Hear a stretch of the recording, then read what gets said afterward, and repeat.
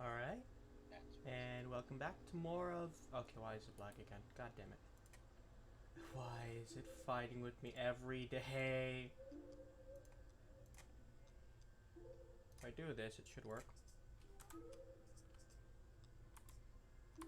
Oh, what the... Okay, yep, this works out. Okay. Welcome back to more Minecraft, with crowd control. we're just doing a bit more testing with this, and that's what we're going to be focusing on today, I guess. But right now, before anyone does anything, I'm going to try to, I remember what I did. I haven't touched anything since. Don't know if that's good or bad. But yeah. I have tried making this a server as well. It wasn't very cooperative at all. Decided to be very rude about it. And whatever method I was trying to use, or one of the methods I was trying to use, it didn't really work out well. So we don't have a server yet, and I'd need to be able to add the plugin as well as connect it to the server IP, I believe. But other than that, yeah. Anyways, we're just getting tortured more, so be gentle. Oh god. So might as well try to get some diamonds or something to help me survive. Now, I need to make an actual mine. I have plenty of iron now, so I'm gonna make a bunch of iron pickaxes. My sticks.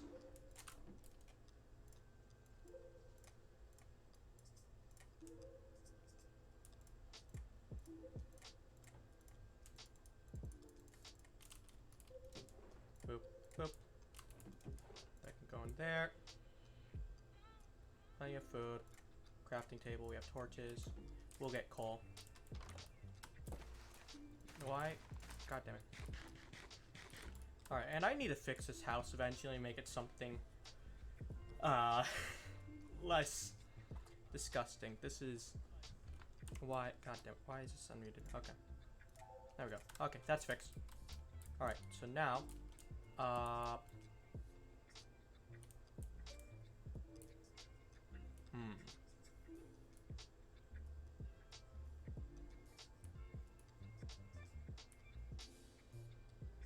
I'll worry about it later. I'll worry about it later. Maybe I won't. Maybe I will. Maybe I won't. I don't know. Let's start making a mine shaft.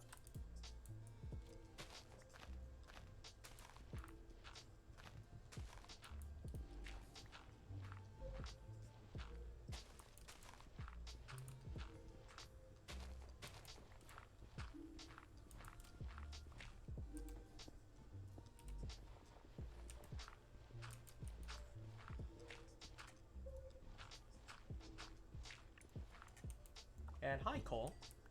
This is perfect. Exactly what I needed, eventually. Yeah, we'll make a little mine shaft.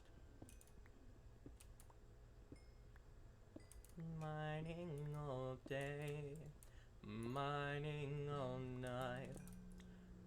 There's only stone as far as my eyes might see all day, see all night. When is this going? Ah! God damn it! I should not have given you that choice of using clang. Clang is very painful to my ears. I wonder why. It's just like bang, but worse. Thanks, Riddler. Thank you for making the suggestion. Then I need to do. Hold on. Where's that thing hiding?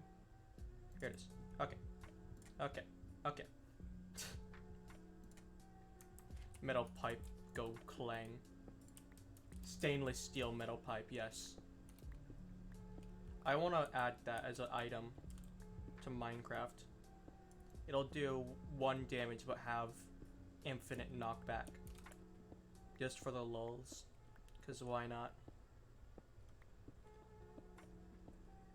Why not make funny item? Do funny thing. Why not? Can we not have fun? Is that not allowed?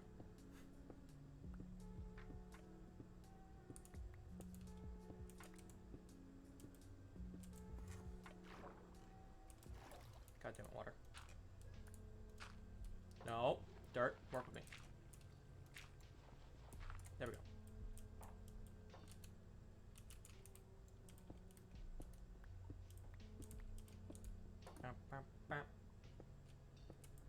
we continue mining the stairway.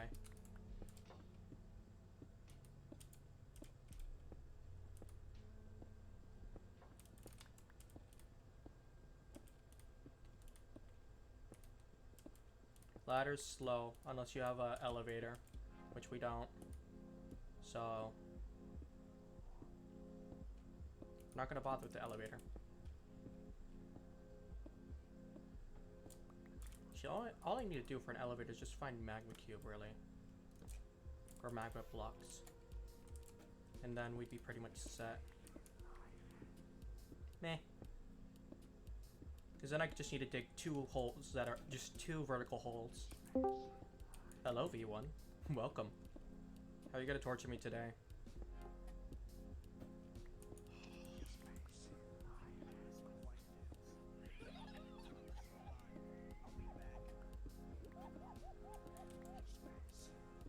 What the fuck? Do I even want to know to begin with? I don't think I do.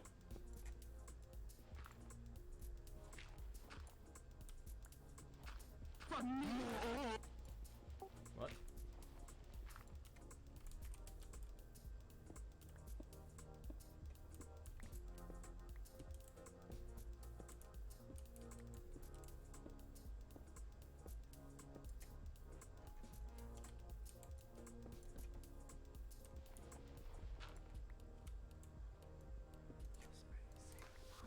Boop.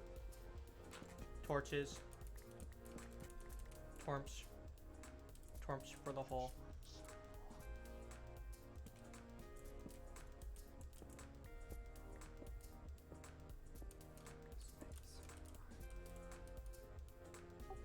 Hi, I'm alive. If you were looking on Twitter or Instagram, you might have noticed, oh, Markiplier died again. Isn't that a shame?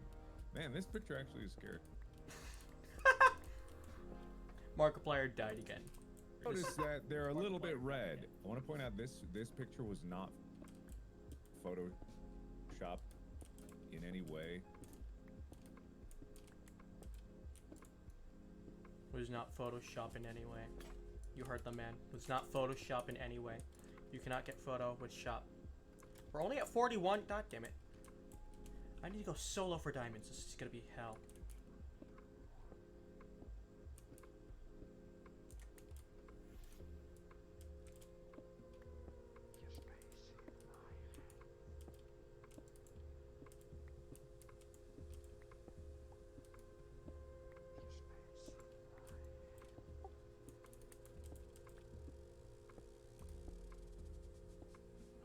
You. You may as well take my heart, Catherine. It's already full of you. Nuke Radio. We make your eardrums bleed. I just No. No. Not that one again. Shadow Wizard Money Gang. Shadow Wizard. This message is sponsored by the Shadow Government.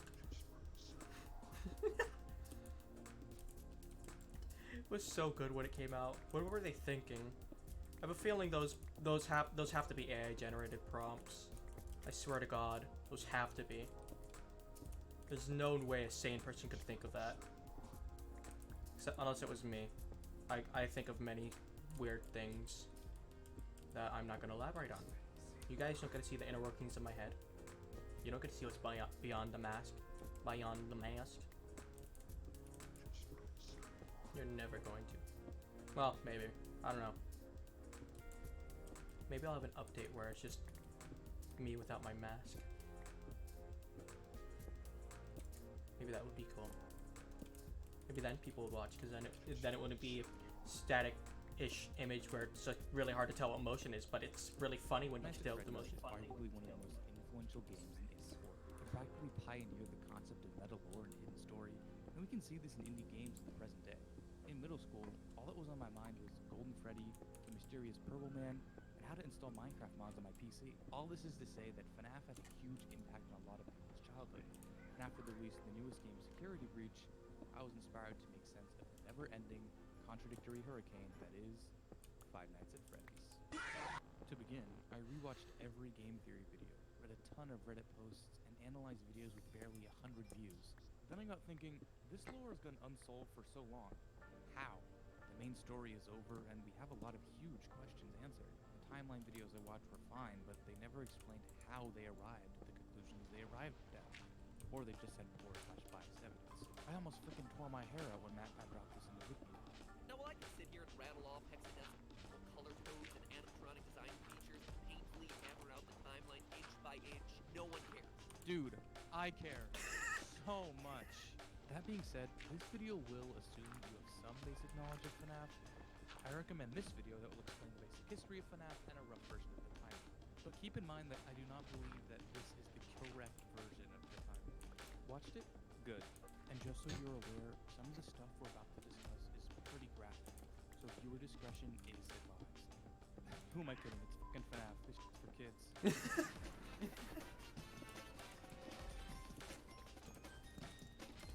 So before we begin, I gotta get one thing out of the way. FNAF lore is goofy as shit.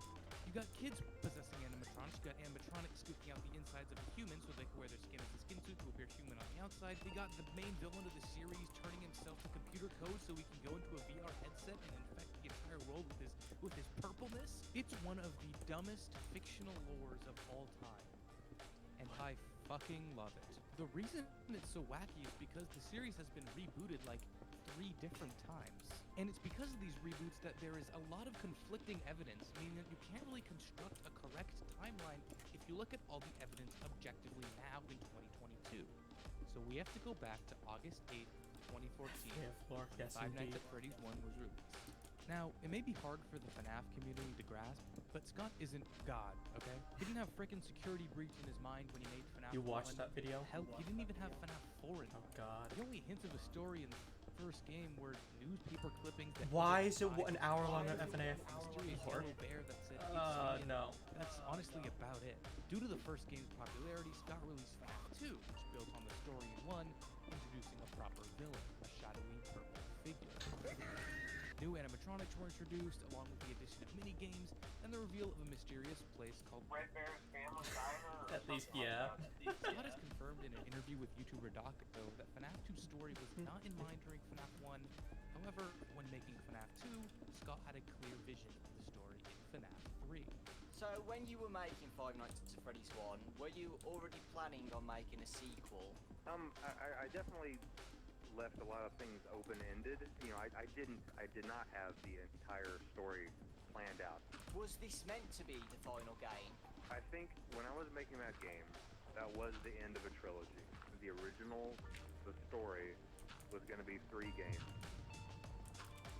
But it couldn't just end at 3. Fans were not happy with Springtrap's jump scare, so Scott made FNAF 4. This was a complete departure from the story of the original trilogy, telling the tale of a child afraid of the animatronics and Fredbears, ending in his inevitable death. Before we get to the 5th game, let's talk about something very important: retcons. Scott has confirmed that he has properly retconned the story once, and I believe this is where he did it, in between FNAF 4 and FNAF 5, also known as Sister Location. Why here? Well, Sister Location changes the context of what happened in FNAF 4 drastically. The underground bunker in Sister Location is under the FNAF 4 house, someone was observing the crying child through cameras, and the Fredbear plushie is shown with a walkie-talkie, implying that someone is communicating to the crying child through the Fredbear plush. None of these details could have possibly been the original intention Background. of the first 4 games, and we know that the FNAF first lore 4 games background were music. supposed to tell This one is- complete story. Prior to Sister Location, the purple guy is just a psycho killer, but now he's been given an actual character, humanized with the name Scott Mr. Afton. In FNAF 6, better known as Pizzeria Simulator, we get a lot of new voice lines, new characters are introduced, and these characters are named, a relative first for the series, the most important new character being Henry, Afton's business partner, slapped in for the final game. The reason I'm bringing all of this up is because it allows us to determine which pieces of evidence can be used where. For example, evidence from FNAF 4 can't really be used to explain Sister Location, but Sister Location can be used to explain elements of FNAF 4. This is because the concept of Sister Location did not exist when FNAF 4 was conceptualized. And here's an example. A popular fan theory says that this character from FNAF 4 is Circus Baby, but that cannot be the case, as the concept of Circus Baby did not exist until Sister Location came out. So, to sum this portion up, FNAF 1 through 3 is a contained story, 1 through 4 is a contained story, and 1 through 6 is a contained story. Got it? Okay, so No. let's touch on the most annoying game of this series. Don't give it up, new face. Don't give it up solo. Don't give it up now, man. Remember how I said that Scott retconned the story in between FNAF 4 and 5?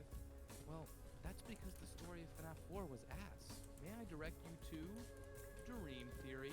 Dream Theory was popularized by MatPat a while back as an explanation for FNAF 4. The theory being that the first 3 games were dreams that take place in the mind of the crying child, our 4th game protagonist. Coupled with the fact that Scott told us that the answer for FNAF 4 was controversial, I believe that Dream Theory was canon, at least at the time of FNAF 4. The evidence for it is overwhelming. Springtrap is explained, the animatronics coming to life is explained, Bone Guy is explained, the toy and withered animatronics are explained, Angle is explained, Purple Guy is explained, even the shadow animatronics are explained.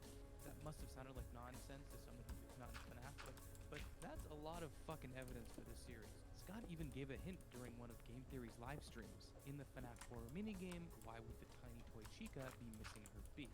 The only answer that I can think of is that Crying Child saw this, and it appeared in his dreams in FNAF 2.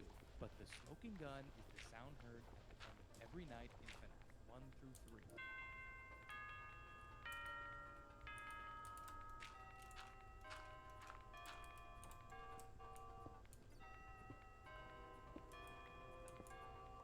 A grandfather clock.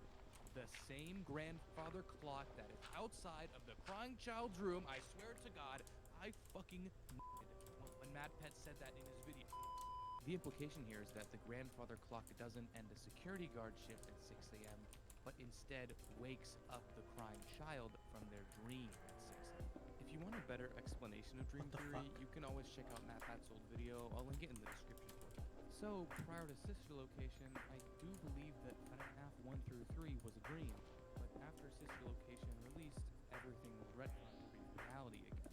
The reason I'm bringing all of this up is because a lot of FNAF 4's evidence was pointing towards Dream Theory and is thus dead in the current days of theory crafting. A lot of people in the community today still use pieces of FNAF 4 as hard evidence to prove something that probably wasn't even intended in the first place. And yes, I am aware of that little cute little quote by Scott where he said every little thing in FNAF 4 has a meaning. Yeah, I know. But he said that at the time of FNAF 4's release, meaning he was hinting at Dream Theory, meaning that quote no longer has relevance in the current days. Theorizing, my god, stop using Pigtail Girl as evidence for missing children in... Damn, I got a little heated there. My bad. Okay, to summarize that section, if you didn't understand is the past 8 definitely minutes of extreme. bullshit I've been saying, that's fine, because we're starting the timeline from square one right now. Please explain Five Nights at Freddy's. Okay. William Afton was co-owner of Freddy Fazbear Pizza, and then Freddy Fazbear becomes Tony the Tiger in the new game. Before we even start placing events on the timeline, every good story has to have its characters, and we have quite a few to cover, so here we go. So first up, we got our friendly little purple man himself, William Afton, and his wife, Afton. William and wife have 3 kids, 2 sons and a daughter. How do we know this? Well, we know that William Afton is Purple Guy, and Purple Guy drives a purple car in this minigame. Also, Orange Guy drives a purple car, meaning that Orange Guy and William Afton are one and the same person. Orange Guy talks to his son on the couch. This son has gray text. This same text is the brother from FNAF 4, and the brother from FNAF 4 has a younger brother, the crying child. Also in FNAF 4, there is a girl's room implying the existence of a daughter. Therefore, William has 3 children. And that is just a taste of the insane logic paths that you need to take to make sense of anything in this series. Okay, so the last character of importance for now is Henry. Henry probably has a wife, and we know that he has a daughter. How do we know this? Well, Henry makes it pretty easy on us at the end. End of FNAF 6, Henry straight up says that he has a daughter. My daughter, if you can hear me. We even know the names of some of these kids. The older brother from FNAF 4 is named Michael because, well, he straight up tells us in Sister Location. Father, it's me, Michael. And Henry tells us the name of William's daughter at the end of FNAF 6. Connection terminated. I'm sorry to interrupt you, Elizabeth. As for Henry's own kid, we can turn to the non-canon FNAF book trilogy. In the books, Henry's daughter is named Charlie, so we'll just use that name for the parallel game time. Crying Child's name hasn't really been revealed yet, but lot of evidence points it towards being Evan, but I'm not really comfortable using that name since it hasn't been 100% figured out yet, so we'll just call him Crime Child. Alright, so we've got the Afton family consisting of William Afton, wife Afton, Michael Afton, Elizabeth Afton, and Crime Child Afton, and we have Henry's family consisting of Henry, his wife, and his daughter Charlotte. Okay, now we can finally start the frickin' timeline. Hello everybody, my name is Markiplier and welcome to Five Nights at Freddy's. Okay, so first we'll place events that have confirmed years of occurrence, and then we'll use those reference points to place events either before or after those key moments. So this will kind of be in order, but not really. Just stick with me. Currently, there are only 2 events that have explicit dates connected to them. The minigames from FNAF 4 and the following bite occur in 1983, indirectly confirmed in a Reddit post by Scott, and the gameplay from FNAF 2, shown on the final paycheck to occur during November of 1987.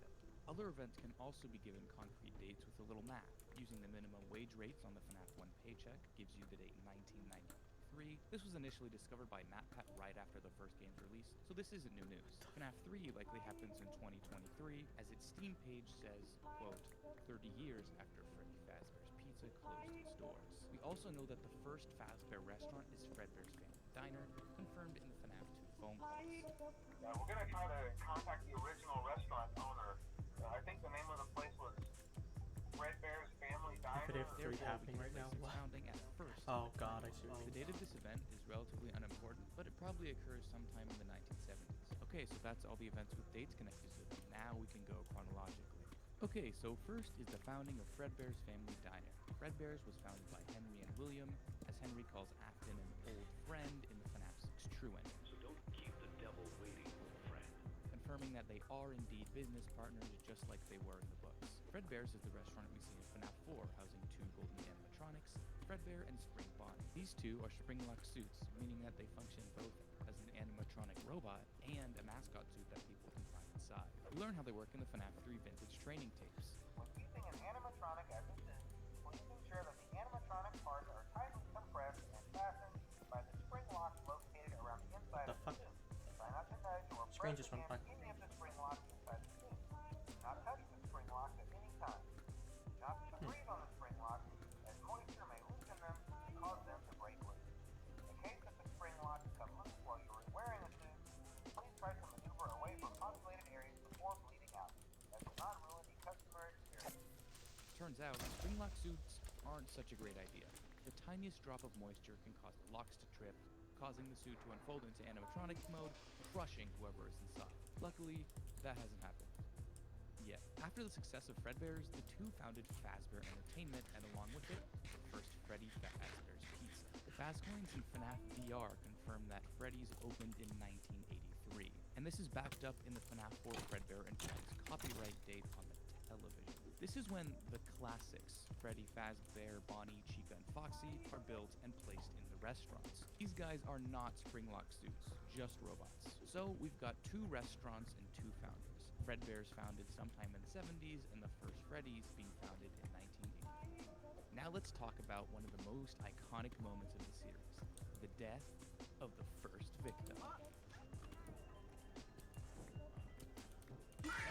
This is first portrayed in FNAF 2 during the Take Cake to the Children minigame. A purple William Afton gets out of his purple car and kills a child outside of a Fazbear-owned location, followed by the puppet jump scare. This implies that the first victim's soul possesses the puppet. Oh yeah, by the way, the souls of dead children inhabit the living endoskeletons of animatronics. That's going to be happening a lot in the future, so don't be surprised. Okay, that story seems pretty clear-cut. The debate still rages on about where this happened. At Fredbear's or at Freddy Fazbear's Pizza? Well, my friends, the answer is Freddy's. See, FNAF 2 isn't the only place where we see the death of the first victim depicted. We also see it in FNAF 6. I always found it weird to retell the story of the puppet here, but there was one odd detail. The puppet has green eyes in this minigame. Why? The puppet has never once been depicted with green eyes in the entire series. But what happens in the minigame? Well, we place the puppet tasked with protecting a child with a green wristband. Scott specifically draws a connection between the color of the eyes and the color of the wristband. Well, in the same minigame, we see kids with blue, pink, and brown wristbands. the same eye colors as Freddy, Foxy, and Chica, the animatronics at Freddy Fazbear's Pizza. However, this doesn't fully prove the theory for some. There's a misconception that the classics existed at the Fredbears in FNAF 4. This never made sense to me, as there are no Freddy, Bonnie, Chica, or Foxy heads in the back room. Only Fredbear and Spring Bonnie ones. Also, the whole hype around FNAF 4 was around Fredbears, not Freddy's, notably in the property of Fredbear's Family Diner teaser. See the purple hat and bow tie? Okay, that's all well and good, but the question still remains, who is this kid? We get our answer in FNAF 6. My daughter, if you can hear me, I knew you would return as well. It's in your nature to protect the innocent. I'm sorry that on that day, the day you were shut out and left to die, no one was there to lift you up into their arms, the way you lifted others into yours. That's right, the soul that inhabits the puppet is none other than Henry's daughter, Charlie. This is also how we know that this is the first murder of this series. In the insanity ending of FNAF 6, Henry says this. A wound first inflicted on me, but then one that I let bleed out to cause all of this. Okay, but that raises an even bigger question. Why would William Afton kill his best friend's daughter?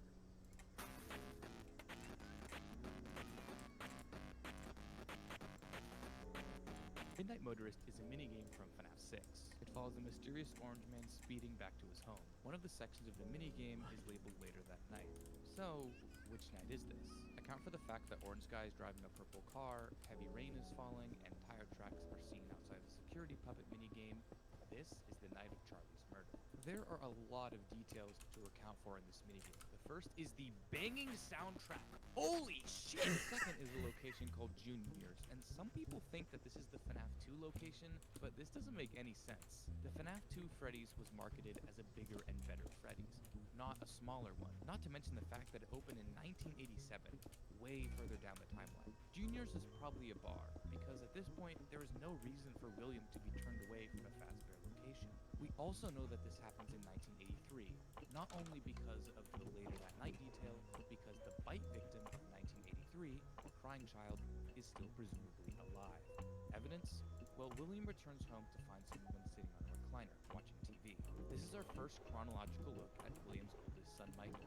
He seems sympathetic for someone, saying that he's had a rough day. Boom, there it is. That he is William's youngest son, the crying child. William bangs on his door, but no answer. He comes around from the outside to see that the window has been smashed, and there is a pair of three-toed footprints on the ground, and human footsteps walking past the footprints. This means that the child was not stolen away by an animatronic, but just broke out himself and ran away. Notice how William is unsurprised to see the footprints, almost as if he is the reason they exist. William then goes on to say that his son has ran off to that place again, and that he will be sorry when he gets back. So what is that place, and what do the footprints mean? There are multiple possibilities. That place could be Freddy's, Fredbear's, or it could be the unmarked grave right outside the house. But who could be dead so early in the series? Easy. It's William's wife. It explains why he's not allowed into the bar. He's been drinking away the pain, which is also why he is aggressively speeding through traffic. It also explains why he murdered Charlie in a drunken rage, angry at Henry for having a perfect family. This explanation also helps us with another huge head scratcher. If this house in Midnight Motorist is the Afton family home, then what the heck is the house in FNAF 4? The floor plans are extremely different, and the Midnight Motorist house is in the middle of a frickin' forest. Our answer comes from William and his wife's relationship. At the end of every night in Sister Location, we watch a television show called The Immortal and the Restless. It follows Vampire Vlad and his human wife Clara arguing over their son, and whether or not the child is Vlad's. Happening now. Clara, I tell you, the baby isn't mine. Count, I tell you that it is. You're the only vampire I've ever loved. And the baby turns his bottles into powdered milk. That doesn't mean anything. Notice Vlad wears a purple suit, and the son clearly looks a lot like Vlad, similar to how Michael looks like his father William. These details lead me to believe that the show is a representation of William and his wife's relationship after Michael was born. After Mrs. Afton has two more kids, Elizabeth and the crying child, William becomes alcoholic and abusive, which leads to a divorce. Why is this important? Well, divorced parents usually live in two separate houses, and that's our answer.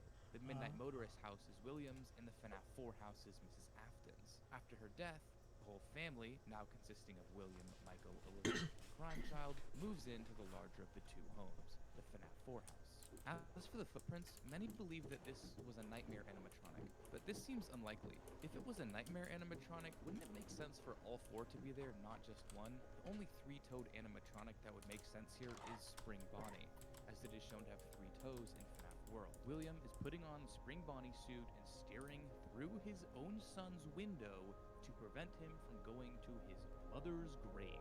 But why include this weird detail? Well, it explains the bite victim sphere of the Springlock animatronics in FNAF 4. The reason William is doing it in the first place is to keep Crimechild from exiting his room and running to his mother's grave, but since William can't do it on a night with rain, Crimechild is able to escape to his destination. William tries to rush home as soon as possible, but he's too late. He promises to punish his son even harder. Huge thanks to user/RetroBeetle on the Game Theorist subreddit for putting most of this together. Personally, I think it's the best explanation we have for this confusing ass minigame. And with that, we can put 2 more events on the timeline: Charlie's death and Midnight Motorist. I give you one. Fuck no, baby! So, after Charlie's murder, William distances himself from Henry and founds Afton Robotics, his own animatronics company. He builds an underground bunker directly underneath his new house and starts working on a new series of animatronics for his new restaurant, Circus Baby's Pizza World. But there's a twist. See, the Funtime animatronics were created to lure and capture children. We see this design features in their blueprints. Parental tracking, voice mimic and luring, storage tanks, parental voice sync, and deter and misdirect are only some of their features. We can take this a step further by saying William created them to research how dead people can possess these animatronics. We know that William is aware of animatronic possession at this time because in FNAF 6, we see a blueprint of the Scooper, a device existing in William's underground bunker. One of its functions is being a remnant injector. Remnant is a cringe concept from the books and is essentially the soul juice that makes the animatronics come alive. It's sci-fi, it's weird, it's cringe. Moving on. The only way William would know that Remnant existed is if he knew about animatronic possession, and the only way he would know about that is if he actually saw an animatronic being possessed. So, who does he see being possessed? You guessed it, the puppet. So William finishes building his new crew of fun-loving and child-murdering robots and puts them in his new establishment, Circus Baby's Pizza World. However, there's a problem. His daughter Elizabeth really wants to see the restaurant's main attraction, Circus Baby. We hear her begging William to let her see Baby in sister location. Daddy, why won't you let me play with her? Daddy, you let the other children go see her. Didn't you make her just for me?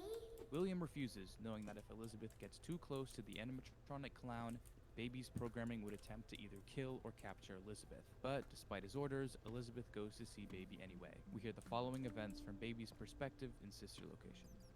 Did you know that I was on stage once? It wasn't for very long. Only one day.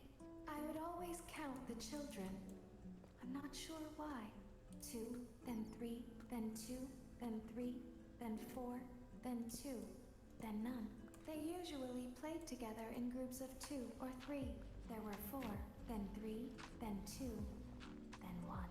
Something happened when there was 1. A little girl, standing by herself. My stomach opened, and there was ice cream. There was screaming for a moment, but only for a moment. What the fuck? So Elizabeth is killed by Baby, and in one of Sister Location's minigame, we actually see this happen. Notice that Baby's eyes are blue in this minigame, afterwards they are green. This implies that Elizabeth's soul now inhabits the Circus Baby animatronic, and that William was likely the one that aided in that process. Elizabeth's death causes William to shut down the restaurant on its opening day. The incident is covered up by claims that there were gas leaks in the building, and the Funtime animatronics, including Baby, are retired to William's underground bunker.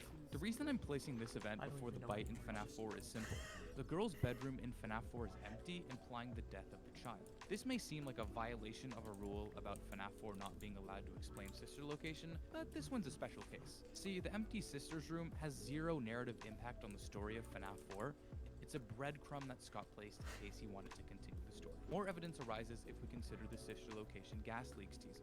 Quote from a local: "There was so much excitement around the place opening. If this happened post-bite of 83, parents wouldn't be too keen on another animatronic-themed pizzeria. they'd be terrified another accident would occur. But the most damning piece of evidence is the camera feed fixed on William Afton's youngest son's room in sister location. Why would William need to be observing his son? Well, his daughter's just died, so he needs to keep a close watch on his youngest child, especially when he's down in his lab doing his research. This series of events recontextualizes the FNAF 4 line, "I will put you back together." And yes, this is William speaking. We get confirmation of this from the Fredbear plush with the camera/walkie-talkie in the private room, that William is controlling the Fredbear plush from FNAF 4, talking to his son and giving him advice or scaring him, or whatever he's doing. This is also why William is orange instead of purple in Midnight Motorist, to draw the connection between the text color of Orange Guy and the Fredbear plush. Back to the point, William says, "I will put you back together," because he's confident that he can. Why? Because he's just succeeded in putting Elizabeth back together after her death, by guiding her soul into Circus Baby. You say my wife is dead? Yes, sir. I'm sorry to inform you, but that's what the program says. High five! There's a very popular theory that William's wife inhabits the Funtime animatronic Ballora. While a lot of evidence definitely suggests the theory, I don't think that Mrs. Afton is possessing Ballora. My theory is that after she dies sometime before Midnight Motorist, William is grief-stricken, and when he builds the Funtimes, he builds an animatronic in her image, Ballora. Some voice lines in Ultimate Custom Night seem to point towards Ballora being possessed by Will's wife, but this can be explained easily as it just being William's perception of Ballora, as we play as William during Ultimate Custom Night. The one piece of concrete evidence for this theory is the first version of the Freddy Files, where it makes a point to differentiate Baby and Ballora's voice lines from Funtime Freddy's. The implication is that Baby and Ballora are possessed and Funtime Freddy isn't, but this has been disproven by more recent evidence. In the game files of FNAF 6, we can see a scan of Molten Freddy, with the security tags of Funtime Freddy, Funtime Foxy, and Ballora active. For the uninitiated, Molten Freddy is a scrap heap of Funtime Freddy, Funtime Foxy, and Ballora. I'll explain this later. The text reads, "With the most amount of remnants collectively in its structure, this amalgamation of Afton's constructs is a necessary element of paragraph 4. Most amount of remnant, as in more than one animatronic is possessed in Molten Freddy. This seems to be implying that all three entities in Molten Freddy are indeed possessed, meaning that the voice line distinction between Ballora and Funtime Freddy no longer holds up. The main reason I'm denying this theory, even when there is a lot of evidence pointing toward it, is that Mrs. Afton's death or possession is never shown in the games. With every other victim, Elizabeth, Crying Child, the missing children, the Save Them kids, we see their deaths or their dead bodies, near animatronics no less. We don't see any of that with Mrs. Afton. Scott could have added it in for FNAF 6, since Ballora wife was a prominent theory before that game released, but he didn't. Therefore, I don't believe that Mrs. Afton possesses Ballora, rather that building Ballora is William coping after his wife's death.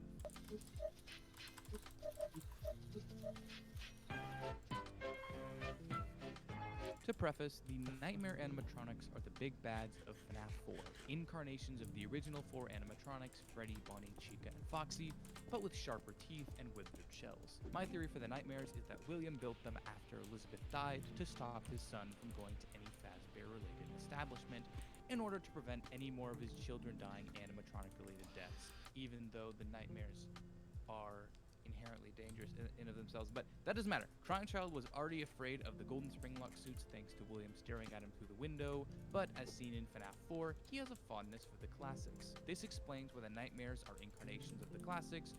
William is trying to make Crying Child hate the cast of characters at Freddy Fazbear's Pizza. In Sister Location, one of the mini-games is to restore power to various locations around the underground bunker. However, there are 3 other rooms that we are restoring power to. The rooms from FNAF 4. The house from the mini-games, the gameplay area, and the Fun with Plush Trap room. The 2 observation rooms are obviously in different physical locations, meaning that the FNAF 4 minigame house is not the same as the FNAF 4 gameplay house. Here's my point. Crying Child and Mike, along with Elizabeth at one point, lived in the FNAF 4 minigame house. However, after William realized the danger of animatronics via Elizabeth's death, he created the Nightmares and the FNAF 4 gameplay house to punish Crying Child for sneaking out at night and to make him afraid of the animatronics even more. Oh yeah, and there's still contention around the subject of the Nightmares' physicality since they're called Nightmare animatronics after all. The assumption is that they are just figments of the Crying Child's imagination. But no, they are definitely physical entities. Let's look at the Breaker Room map again. See these white dots? They presumably represent animatronics. Let's label them. There's Baby, Ballora, Funtime Foxy, Funtime Freddy. Okay, easy. These two are probably Fredbear and Spring Bonnie, and this one's Plushtrap. But then, what are these for? Oh, you know what I'm gonna say? They are the Nightmare animatronics, clear as day. How do we know that William built them? Well, in Custom Night, Nightmare Freddy says, I am remade, but not by you, by the one you should not have killed. keyword, remade, implying that Nightmare Freddy existed as a physical entity in the first place. Case closed. I do not want to hear it. That's why I love Nestle Crunch. Okay, the bite of 83. We've already established that the FNAF 4 bite happens in 1983, where the crying child's older brother Michael tries to play a prank on him, which ends in crying child's death. William had tried to prevent observing his youngest son with a combination of security cameras and the Fredbear plushie, but in the end, he failed. The crying child's death results in the closing of Fredbear's family diner, and the crying child possesses the Fredbear animatronic, likely with help from William. There are some minor details from these minigames that we can unpack, but I'd rather do that when we get to the missing children's incident. So, crying child dies and Fredbear's closes. With that, we can finally move on to FNAF 4. Oh my god.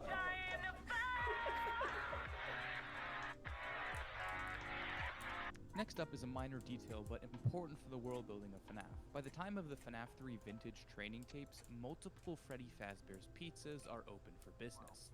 Every location is built with one extra room that is not included in the digital map layout program in the animatronics or security system. We learn that each location has a safe room that is off camera and invisible to the animatronics, and that apparently at this time, Freddy Fazbear's Pizza not only has the classics and the puppet, but also the golden springlock suits from FNAF 4. Right now we have two specially designed suits that double as both animatronic and suit. The reasonable explanation for this is that after Fredbear's closed, Fazbear Entertainment distributed the springlock suits to the multiple Freddy Fazbear's Pizza locations, but with a key difference. Fredbear's accessories are no longer purple but black, and he seemingly has been renamed to Golden Freddy. This makes sense, as the Fredbear name would generate bad PR considering, he killed a child. I especially like this small detail in the lore, not only because it makes it believable, but thematically, purple is the color of death in this series, and having purple associated with the original Fredbear is just a cute sprinkle of narrative spice. On night 4 of FNAF 3, Phone Guy tells us that it is company policy to no longer use the springlock suits. This is because there has been an incident at the sister location that involved multiple and simultaneous springlock failures.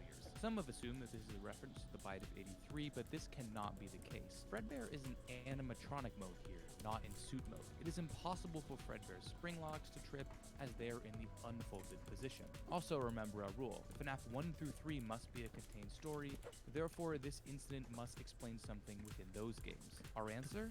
The Shadow animatronics. On rare occasions in FNAF 2, you will encounter Shadow Freddy in Parts and Service or Shadow Bonnie, better known as RWQ. If the incident at the sister location was a simultaneous failure that involved springlocks, it means that two employees wearing a Fredbear and Spring Bonnie suit bled out and died due to misuse of the suits. They went on to become shadowy versions of the suits they died in. More evidence relating to Shadow Freddy proves that they are employees. How does Shadow Freddy know where the safe room is? The only ones who know where it is are management and employees. Therefore, Shadow Freddy is probably an employee. The incident results in the discontinuation of the golden springlock suits, and they are retired to another location to be looked at by technicians. Man, these kids, man, talking shit, making me feel bad. Man, fuck them kids, bro. In FNAF 3, Phone Guy makes note that the Spring Bonnie costume has been noticeably moved. This matches the events described in the FNAF 1 newspaper clippings. A man, William, is disguising himself as a mascot and luring kids into the back room. This leads us into a controversial take.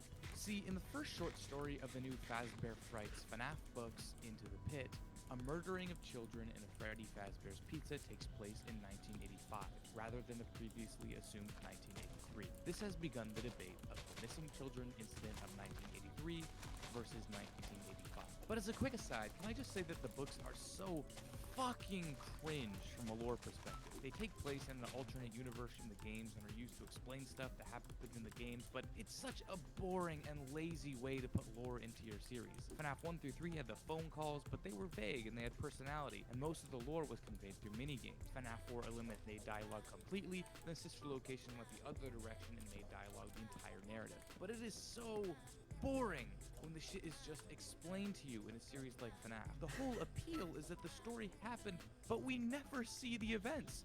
That's what lore is, and why we will never get a game at Fredbear's. It would ruin the mystery.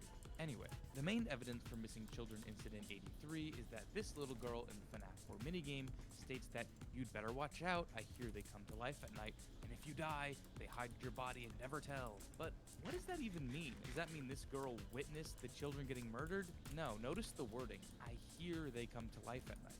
This is a commonly told rumor among the kids. And you could even go as far to say that in the context of FNAF 4 Dream Theory gave the crying child nightmares of the animatronics coming to life, even though in Sister Location the nightmares were retconned to be real. Another argument used is that the Core 4 plushies show up in the crying child's final death scene. Are these the spirits of the missing children? Was he friends with them? Hell no. A lot of people ignore the fact that the crying child is rejected by the other kids and treated like a loner. Take Laughing Kid, who chastises crying child for being afraid of the animatronics. He's forced to make imaginary friends in the plushies, even saying, "These are my friends." Of course, his only friends, even if they're imaginary, would show up next to him while he was dying. Some people also interpret Purple Guy putting the Spring Bonnie head on an employee as a murder, but this was straight up deconfirmed in the Ultimate Guide, not to mention it fits the quote from Scott, "What is seen in shadows is easily misunderstood in the mind of a child." But the biggest nail in the coffin that disproves Missing Children Incident 83 is, explain why the Spring Bonnie suit is moved in the FNAF 3 tapes, after Springlock suits are decommissioned. Management has also been made aware that the Spring Bonnie animatronic has been noticeably moved and would like to remind employees that this costume is not safe to wear under any circumstances. Since Springlocks are still active during the time of the bite, and Missing Children Incident must happen when Springlock suits are decommissioned, Missing Children Incident must happen after the bite. It's Chekhov's animatronic murder suit. If the Spring Bonnie costume is noticeably moved, it must mean that the Missing Children Incident is occurring. And another nail in the coffin because I wanted to. Phone Guy works at the Freddy Fazbear's Pizza location that the Missing Children Incident takes place in, which means if the Missing Children Incident occurred before the bite of 1983, he would have to know of Fredbear's Family Diner, which closed in 1983. But in FNAF 2, Phone Guy says Fredbear's Family Diner like it's an alien concept to him. This tells us that at the time of the Missing Children Incident, the concept of Fredbear's has been successfully erased from the mind of the public. Even the upper management staff at Freddy's don't know about it. So on June 26th, 1985, William disguises himself as Spring Bonnie and kills 5 children at a Freddy Fazbear's Pizza and stuffs their bodies into the remaining 5 suits: Freddy, Bonnie, Chica, Foxy, and Golden Freddy. As seen in the Give Gifts Give Life minigame, Charlie, possessing the puppet, guides each child's soul into the animatronics, letting them walk again as robots. Oh yeah, and this Freddy's is the same one as the FNAF 1 Freddy's, as the Foxy Go Go Go minigame layout is the same, so yeah. Let's back up a bit. In FNAF 6, we get this super random minigame called Fruity Maze, where a car hits this girl's dog, and then the girl is led away by William in a Spring Bonnie suit. The consensus is that this girl is named Susie and is the child who goes on to possess Chica. Therefore, Fruity Maze occurs in 1985. We also know that Susie was the first to be killed of the missing children due to Withered Chica's Ultimate Custom Night quote. The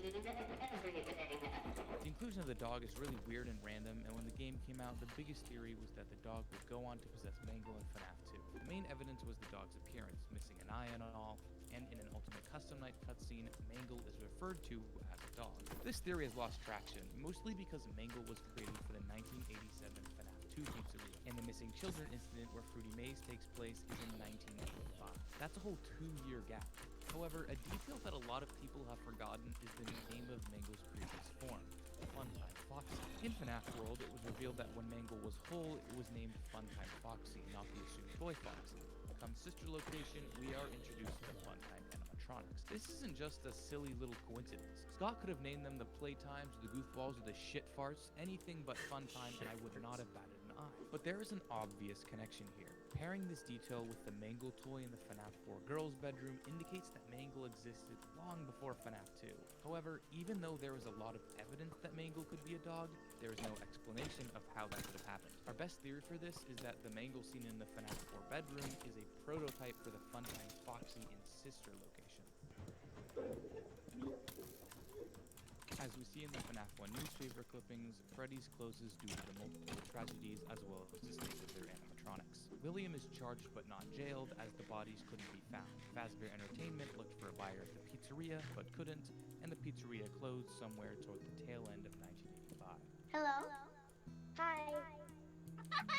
2 years later, in 1987, Freddy's is back on its feet with the FNAF 2 location. It's been rebranded as a new and better Freddy Fazbear's Pizza, with new toy incarnations of Freddy, Bonnie, and Chica based on previous merchandise, along with a new character, Balloon Boy, and possibly an old one, Funtime Foxy. The old gang from the FNAF 1 pizzeria have been moved to the FNAF 2 location for parts: Freddy, Foxy, Bonnie, Chica, along with the puppet who's been placed in the prize corner. Within the first couple weeks of opening, the kids tear Funtime Foxy apart, leaving the mess that is Mangle.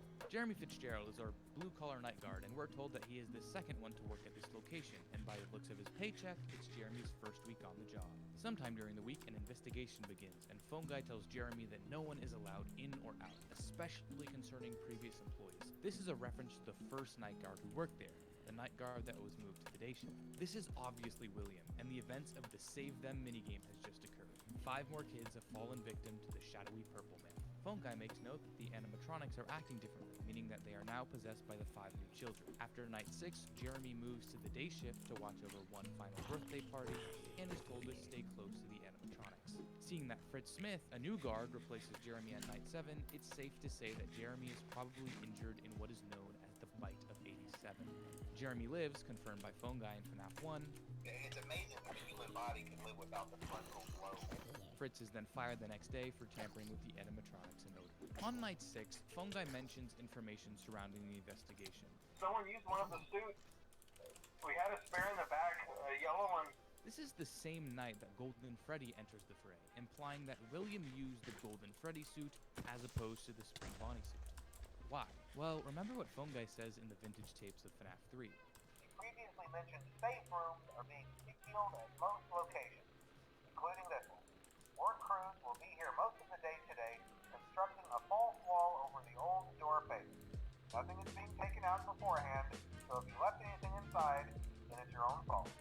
Many interpret this to be William himself being trapped in the safe room, but this isn't plausible, as the calls take place in 1985, and William can't be trapped until the FNAF 1 location closes in 1993. Solution: it wasn't William who was trapped inside the wall in the FNAF 1 location, it was just the Spring Bonnie suit, hence why it wasn't transferred to the FNAF 2 location with Golden Freddy. It also explains why Spring Bonnie is in the safe room in the FNAF 3 End Night minigames. It was left there by William all the way back in 1985. This also means that when William killed the Save Them kids, he was wearing the Golden Freddy suit with the spirit of a dead child inside of it. That must have been fucked up for that child to experience. It would sure suck if that child had the ability to trap their killer in a purgatory-like state, leaving him to suffer for eternity. Now would be a good time to mention Michael. After killing his brother and hearing of his father's misdeeds, he has taken it upon himself to try and free the souls of the animatronics. He heads to the FNAF 2 location and works there under the alias Fritz Smith. We know this because Michael's name is shared with the FNAF 1 night guard, Mike Schmidt, who was also fired for the same reasons as Fritz was. This is the headcanon that has been adapted by the community and is generally well accepted and understood as true canon. Now, we can move on to where it all started. Michael Afton, aka Mike Schmidt, works at the FNAF 1 Freddy Fazbear's Pizza, which, might I remind you, is the same pizzeria that the missing children incident occurred in 1985. The current year is 1993, and Mike works here for 7 nights, fired for odor and tampering with the animatronics.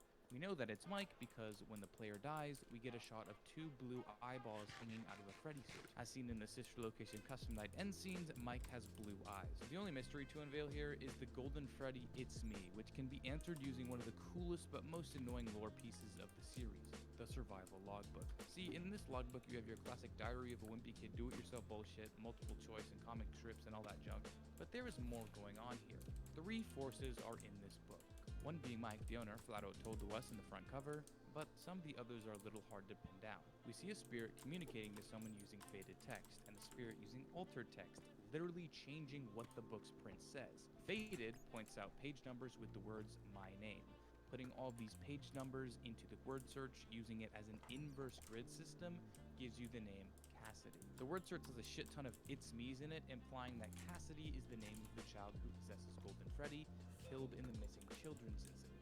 Assuming that Cassidy is talking to the other spirit, there are some things we can draw from their interactions. The first bits of dialogue seem to fit together. The party was for you. It was for me. The rest seems like Cassidy is trying to jog Altered's memory about something. What do you remember? Was your favorite childhood toy a plastic purple telephone? Do you remember your name? Do you have dreams? Was your favorite ride the carousel? Do you miss them? Does he still talk to you? Altered's responses reinforce this. It seems like they're trying to come into consciousness. I can't see. I hear sounds. I'm scared. But the line about the party is the nail in the coffin. Who was the party for? Crying Child. This conversation seems to imply that the Crying Child from FNAF 4 is present in the logbook and thus present inside of the Golden Freddy animatronic with another child's soul. But 2 souls in 1 animatronic, you say? That's preposterous, absolute lunacy. Well, referring to the cringe-ass books, the same exact thing happens in it being known as the Stitch Wraith. MatPat did a series of videos covering the connection between Golden Freddy and the Stitch Wraith, so I recommend checking those out, because I actually cannot be bothered to explain this theory. Anyway, so how does Crying Child possess Golden Freddy in the first place? The only logical explanation is that the Golden Freddy from FNAF 1 and 2 are one and the same with Fredbear from FNAF 4. This theory was strengthened in Ultimate Custom Night when Fredbear's official model was revealed, and it looks pretty similar to Golden Freddy. So we got 2 children stuck inside Golden Freddy. One is frightened and scared, and the other looking for vengeance. Have at thee! Ah, my fucking knees! After the FNAF 1 pizzeria closes for the final time, William returns to destroy the animatronics. At least, that's the implication of the original trilogy. FNAF 6 seems to have retconned this to be William collecting the remnant of the animatronics. Remember the weird sci-fi soul energy? Henry tells us how.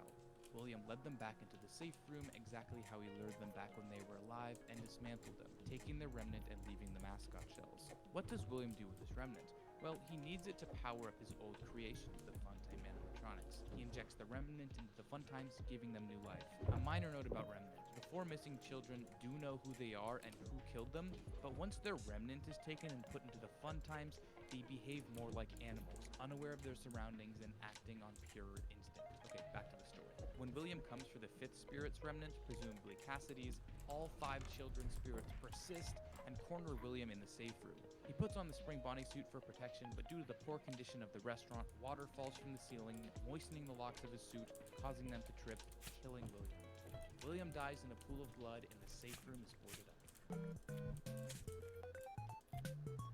Next, the events of the 5th game's sister location takes place. Mike returns to his childhood home and finds his way to the underground bunker, where his sister, in the form of Circus Baby, awaits. It seems like the remains of Acton Robotics have revamped the bunker as Circus Baby's Entertainment and Rental, where animatronics are rented out to clients. Unit tells us that the facility opened after the last Freddy's closed, therefore it opened after FNAF 1 and presumably after William's death. By the end of the week, Baby has gained Michael's trust, and she lures him into the scooping room where his fate awaits. Michael's organs are scooped out, leaving just his skin. The 4 Funtime animatronics, Baby, Ballora, Funtime Freddy, and Funtime Foxy, combine their parts to make a mass of wires known as Ennard. They collectively climb into Michael's skin so they can appear human in the surface. When Ennard reaches the surface, Michael's body begins to rot, physically turning purple. Ennard says fuck this and retreats to the sewer. However, Michael refuses to die, likely because the scooper infuses remnant into people as we learned from FNAF 6.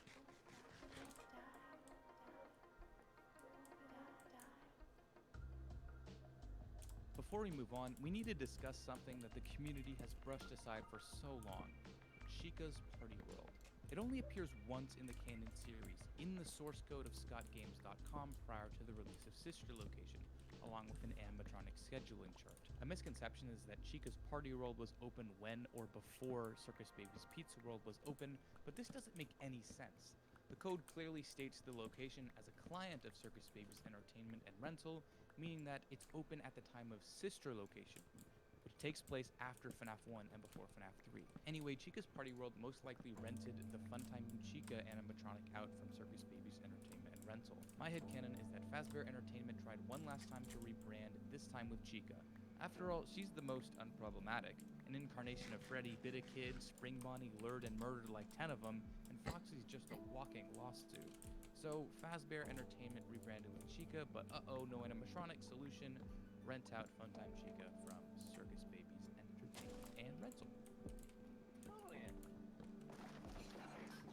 sometime after Sister Location, the missing children inside of Ennard decide that Baby has too much power over them, so they decide to kick her out.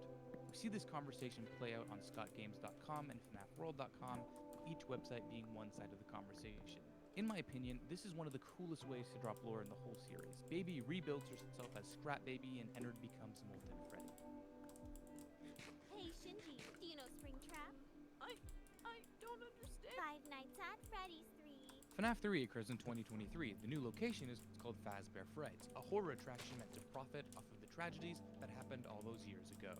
A lot of Freddy's memorabilia has been collected to decorate the establishment, including the living corpse of William Afton inside of Spring Bonnie, now dubbed Springtrap. Michael is our night guard yet again, as he sees hallucinations of the FNAF 2 animatronics plus FNAF 1 Chica. On night 6, Michael burns down the entire building, trying to kill his father once and for all. However, as we see in the ending newspaper clipping, Springtrap survives, which means the bad ending of FNAF 3 has occurred. The missing children have not found peace and still want revenge. Regarding the minigames, my best explanation for them is that the children from Save Them, the ones who possess the toy animatronics, are trying to give the children from MCI 1 their happiest day. We see Toy Chica, Balloon Boy, and Mangle giving cake to the children, along with the spirit of employee inside of Shadow Bonnie. The final Happiest Day minigame is definitely meant to parallel the birthday party of FNAF 4. Obviously, this wasn't intended at the release of FNAF 3 because it was meant to be the final game, but Scott connected Happiest Day to FNAF 4 by inverting the layout of the restaurant and matching the colors of the lights and the balloons. The 4 kids here are the ones killed in the missing children incident, minus the spirit that possessed Golden Freddy, Cassidy. The one in the Golden Freddy mask is Crying Child, William's son, as we know that the party in FNAF 4 was for him.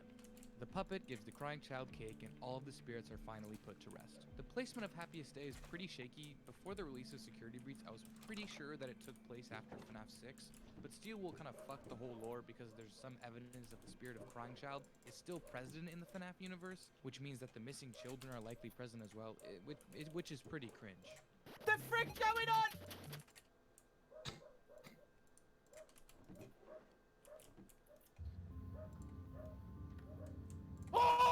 Time for my favorite game in the series, FNAF 6. It's the final showdown. Henry finally decides to show up and do something, and calls all of the remaining animatronics back to their new location, Freddy Fazbear's Pizza Place. Baby comes in the form of Scrap Baby, and Ennard has transformed into Molten Freddy. Then there's the puppet. The last time we saw her was in the FNAF 2 location in 1987, so there's no telling what could have happened to her after that.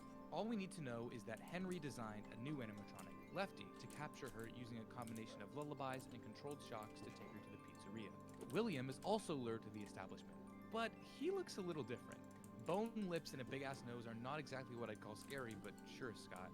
The explanation for this change in appearance comes from FNAF 4. Look at this spare Spring Bonnie head in the backroom shelf. Looks pretty similar, right? So how does William get his hands on this? Does he walk all the way to the abandoned Fredbears to get the suit? No, the likely answer is that the suit was already present in Fazbear Frights, as the location had gathered a multitude of Fazbear memorabilia. In the Insanity ending, we get explanations of how shit in the Fazbear universe works. There are these little audio lures called rasks that simulate children and were likely used in FNAF 3 to lure Springtrap away, and also in FNAF 6. We learn that the Scooper is infused with Remnant, we learn Lefty's purpose, and that both Laura, Funtime Foxy, and Funtime Freddy are still present in Molten Freddy. The game itself also does some impressive world building. Every day we can purchase animatronics in different catalogs, the most notable being Funtime Chica, Music Man, and El Chip. While Funtime Chica was likely rented out to Chica's party world from Afton Robotics, like we talked about earlier, El Chip and Music Man are probably Fazbear-owned entities, as we see incarnations of them in Security Breach. In the true ending, a line from Henry tells us that Mike is the player character once again.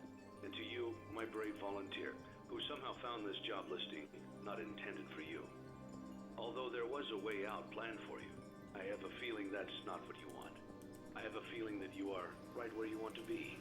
The remaining animatronics, Mike and Henry, all burn in a final blaze, ending the horrors to Freddy's name. We get a final end card showing 5 gravestones, representing the 5 missing kids. Gabriel being Freddy, Fritz being Foxy, Susie being Chica, Jeremy being Bonnie, and the covered gravestone being Cassidy in Golden Freddy. Charlie's grave overlooks all of them. This theory was strengthened at the end of the graphic novel trilogy, as we see her grave in the book.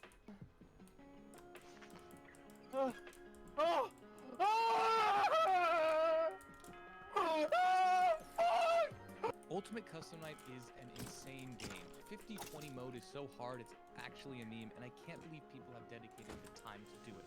But here I am on page 30 of the script, so I guess I'm equally as insane. Anyway, somehow this game is actually canon. This voice line from Jacko Chica also pretty much confirms that the player character is pretty much trapped in hell, and a lot of other lines imply that even though you die, you will be experiencing it over and over and over and over again. So who are we playing as? Well, for the first time, it's not Mike, it's William. As Henry said in FNAF 6, the darkest pit of hell has opened up for us, and we will be forced to play Five Nights at Freddy's forever. In the background of the mediocre Melody's death voice lines, we can hear a child's voice echoing softly. This is how it feels, and you get to experience it over and over and over again, forever. I will never let you leave. The voice call for this character is Vengeful Spirit. If you set Old Man Consequences to 1 and catch a fish, you get slapped into the 4th glitch of FNAF World. That sentence probably sounded like fucking nonsense, but fuck it, I've written over 10,000 words over the course of 3 months. I am not going to go into depth about it. In this glitched area, Old Man Consequences tell you to leave the demons to his demons. Rest your own soul, there is nothing else. Well, it's pretty clear that whoever he's talking to doesn't take his advice, as when you beat 50/20 mode, we get a cutscene of Golden Freddy, twitching, eyes remaining glowing and vigilant, refusing to rest.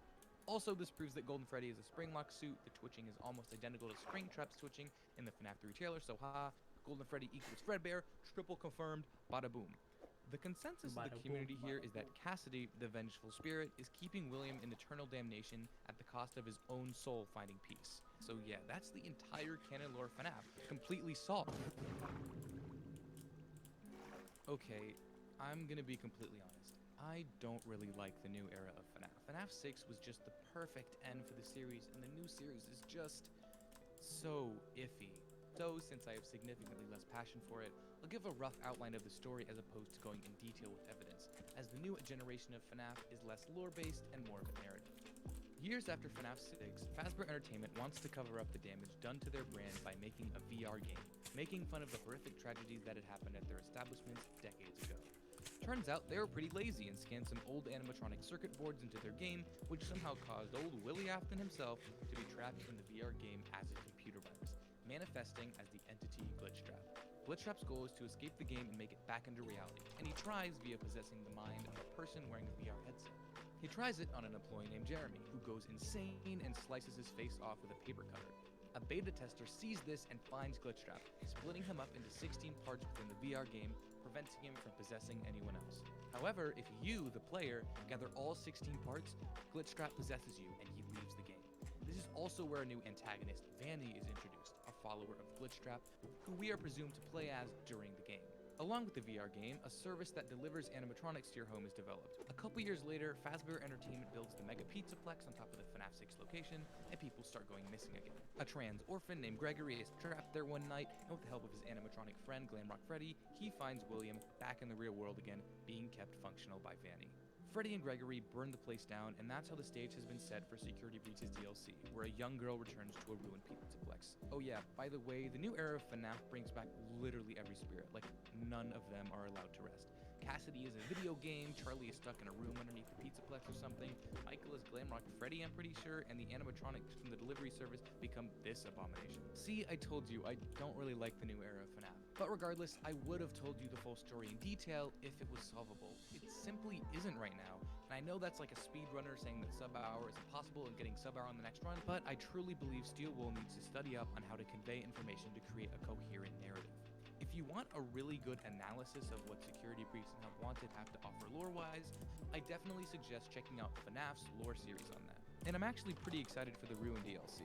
I did play Security Breach and enjoyed the gameplay, not much the story, but I still do enjoy the game. And I just want to give a shout out to my friends on Instagram for being my FNAF.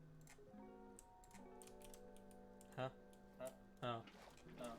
That is the end of that. Dear God. So, FNAF lore.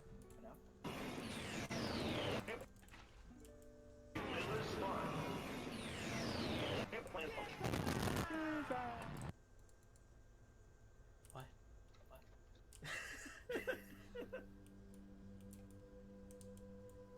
Is crowd control even on? Because I'll be honest, I expected someone to do something. I'm Stewie Griffin, and I'm gonna be kicking my dad's ass all day today. Holy fuck, Stewie, I'm shitting.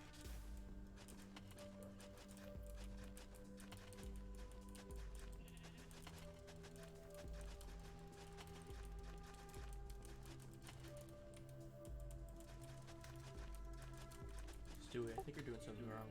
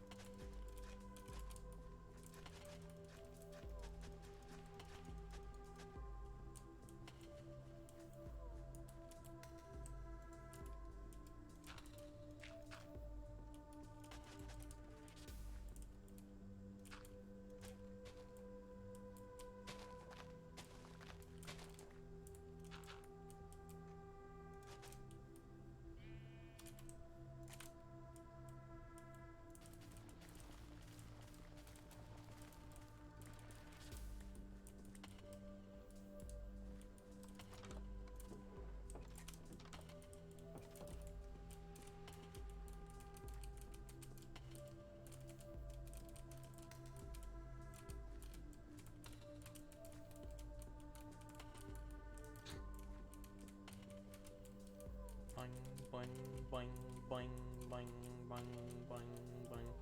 I don't feel like taking it up, so we're just doing it this way.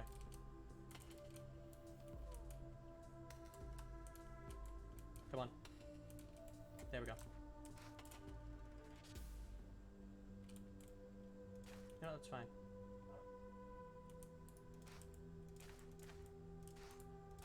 What the fuck? You instantly grew. How did he do that? Weird one.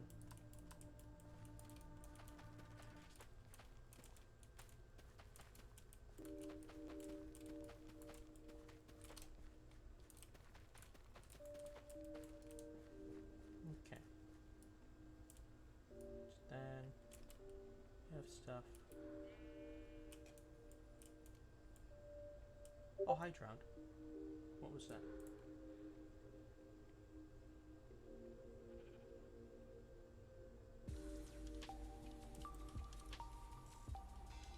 Okay, now that confuses me. FNAF lore is over now, so what the fuck? There was way too much for me to really gather what was going on, so give me that. Let's exact our revenge on the mining path we were doing, but then ultimately failed at because I decided to do stupid. God damn it.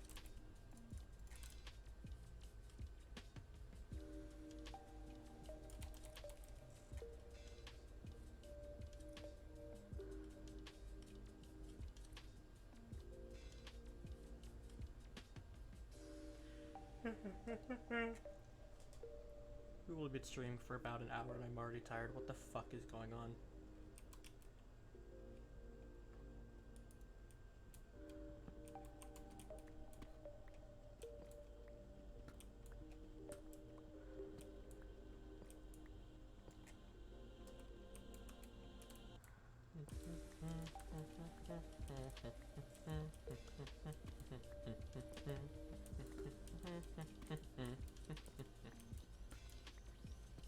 Surprised no one's done anything yet with crowd control as well.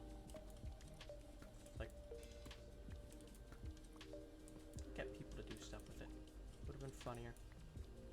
More people doing stuff.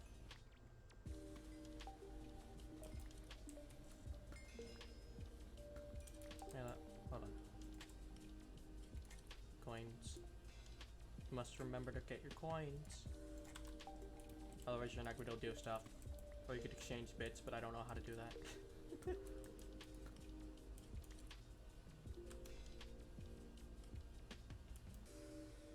I know I shouldn't have said anything. God damn it.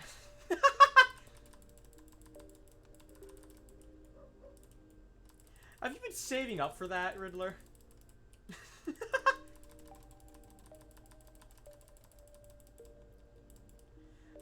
god, what did I even set that out? 1,000?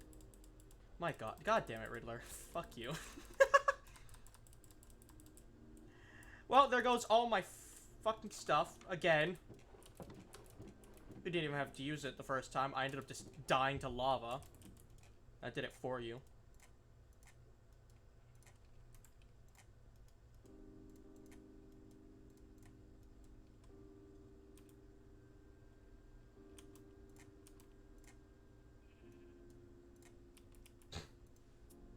Alright. You have a good one, Riddler. Bye. It's 500. Okay. Have to think about that. No charger. Oh. I'm sorry about that. But you have a good one. Make sure to get that phone charged. Alright. That.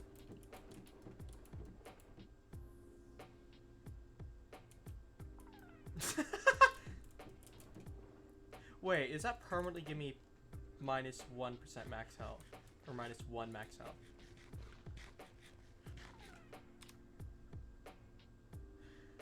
Fuck. It really does.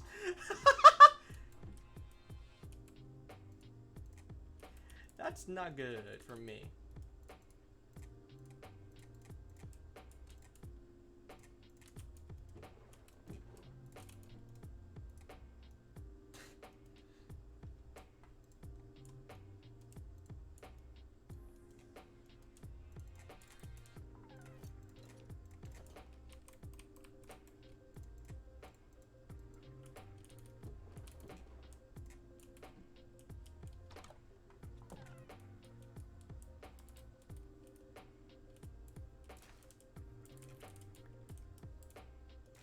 Return him. Let's get something straight here, okay? There is no we. There never was a we. In fact, without me, it wouldn't even be a you. How to kill someone.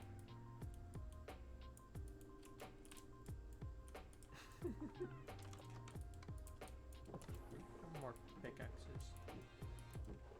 Yeah, it was also on my wood gun. God damn it! You know what? Slabs. Slabs are enough.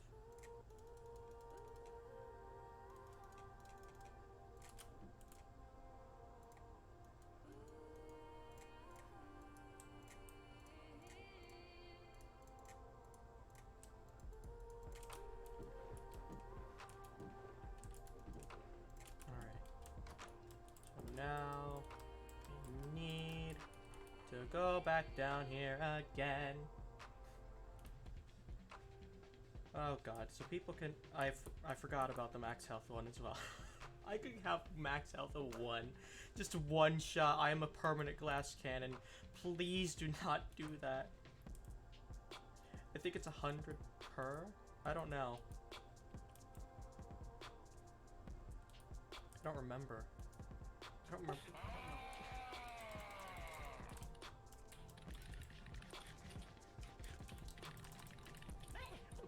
Oh god, Oh, these. God,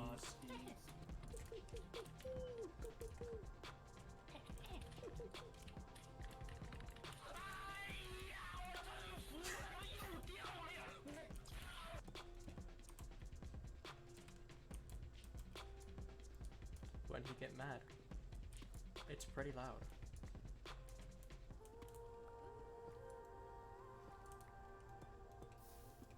Uh-oh.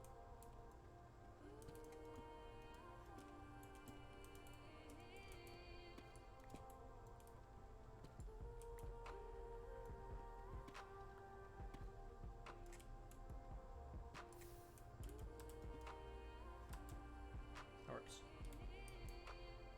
Okay. Yep.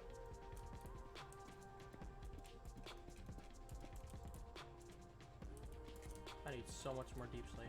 So much more building blocks. Okay, this is gonna be fun. I love having to work through a lava pool. Especially when you don't know how long that lava pool is gonna be. Very fun. Mwah. Mwah.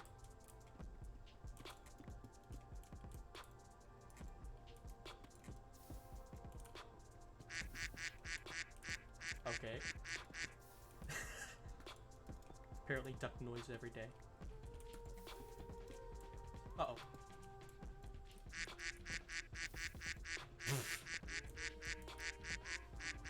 Wank, wank, wank, wank, wank, wank, wank, wank, wank. Uh-oh. Wank, wank.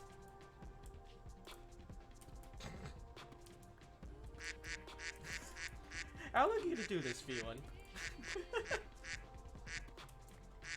Are you bullying me now because you don't have your coins to do stuff to bully me with?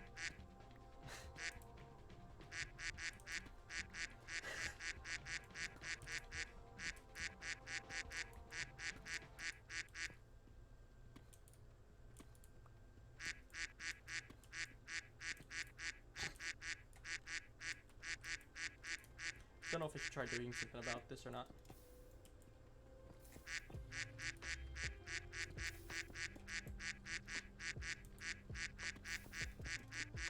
I really feel like I should, but I'm not going to for now.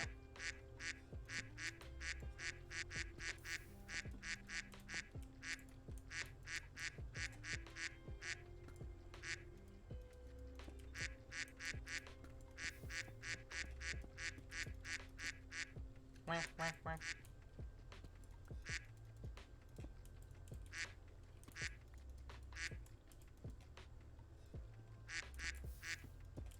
Oh.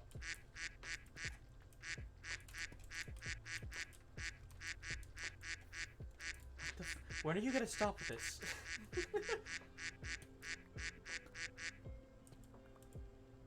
Could I file this under harassment? Possibly.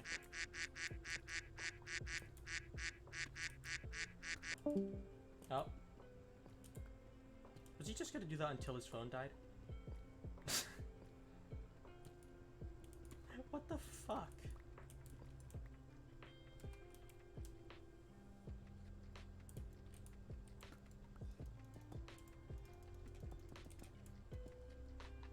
Hi, lava. Get deleted.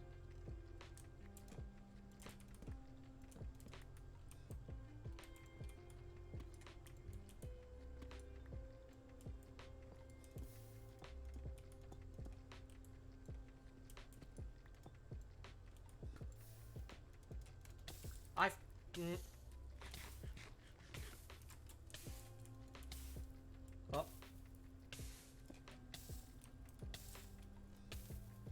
No saturation, I'm not gonna be able to kill. Uh-oh. Okay, we're fine. We'll continue.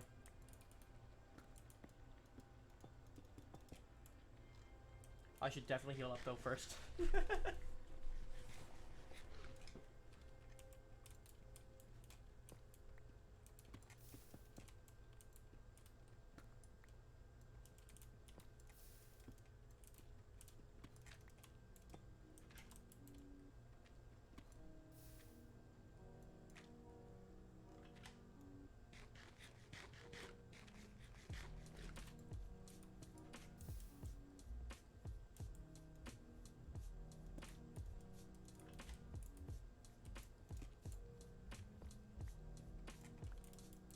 It's hard trying to work around lava pools because they are just a pain in the ass.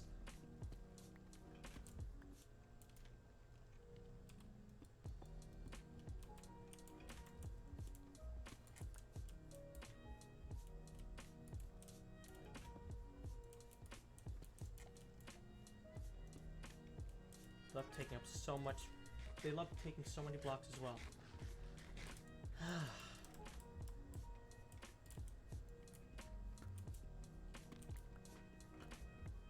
I should just mine a stack, shouldn't I? Yeah, we'll mine a stack of cobble deep slate.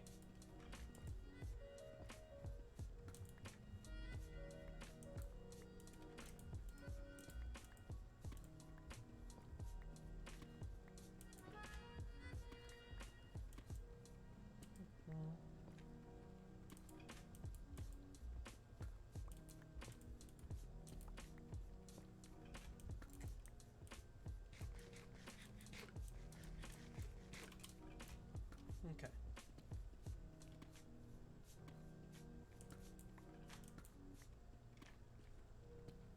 So now that we are continuing on like this, we can find diamonds.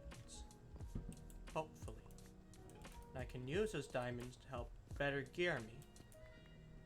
But knowing the fact that people can take stuff from my inventory and just delete it, probably not gonna make diamond armor. I don't know. We'll figure it out one way or another.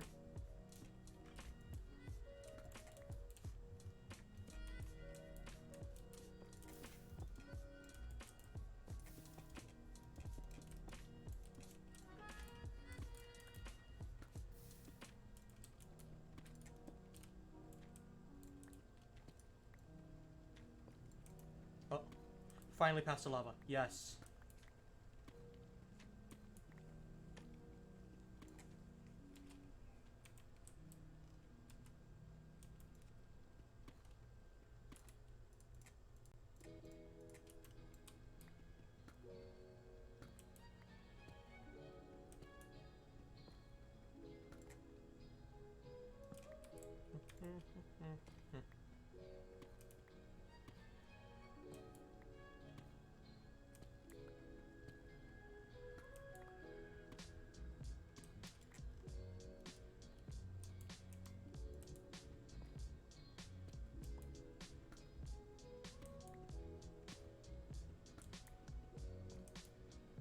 Hey!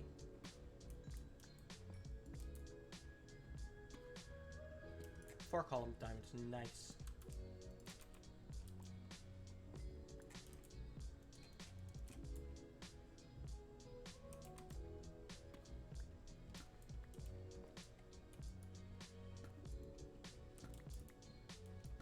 That was extraordinarily luck on my half. Or the fact that, you know, diamond didn't go straight into the lava. Gimme. Thank you.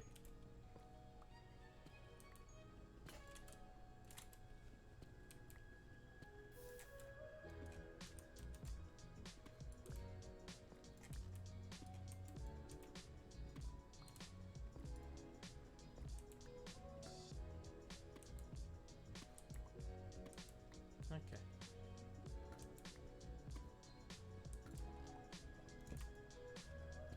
Lava is to my right.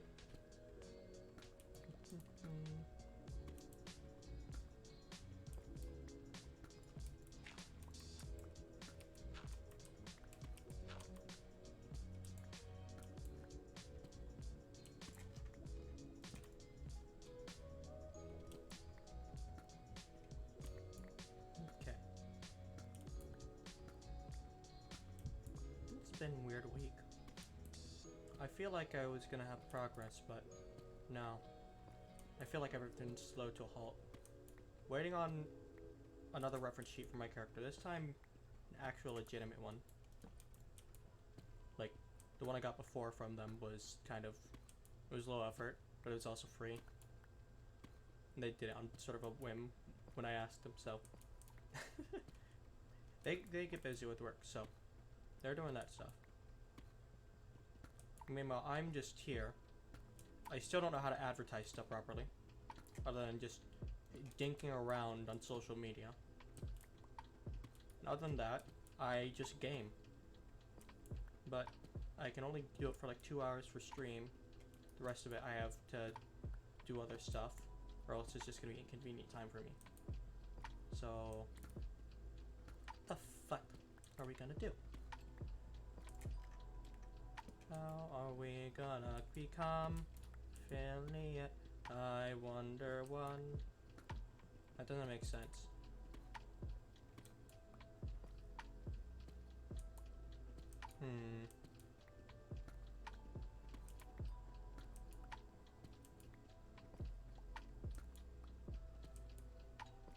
Let's see.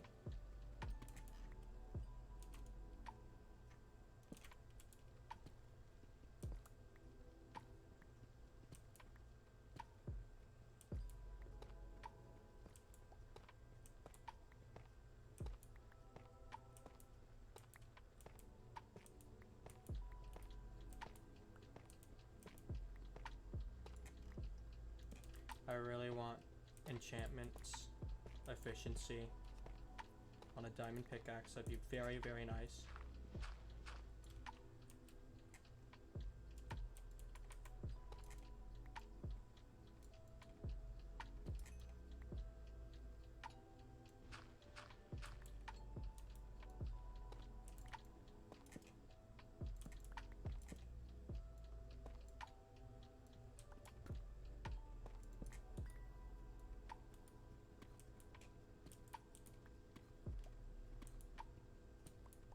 What even is there tough? What is tough for? I don't know. Is it just a different mind block? Because I don't remember it having any specific recipes. This is like a decorative mind block. Because why not? Let me get those.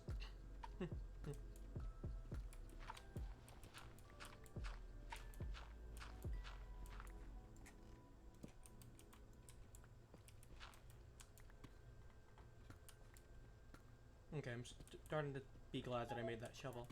It makes it easier. What the fuck was that?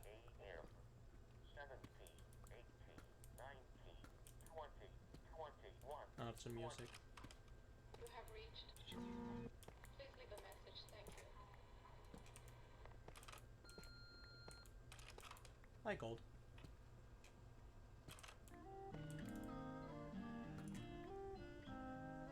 I just heard someone walking. Like, not in real life, but in Minecraft, I just heard someone walking behind me. It's like, what the fuck? Yeah, I'm by myself. Scared me there for a second. I swear to God, if I see a Steve skin with white eyes, I'm going to shit my pants.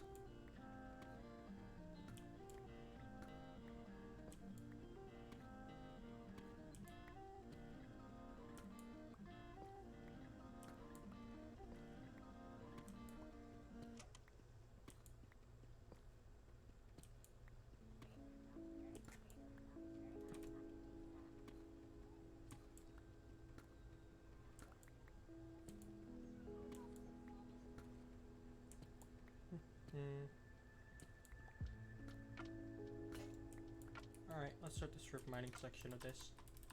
We have dug the hole, but we haven't started the strip mine, which is a mining deep every 4 blocks. And dear God, this goes pretty far.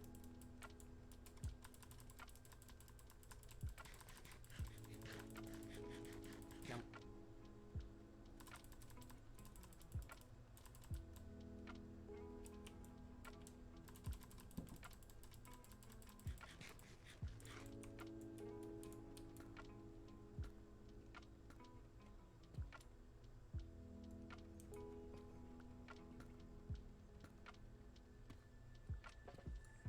Every 4.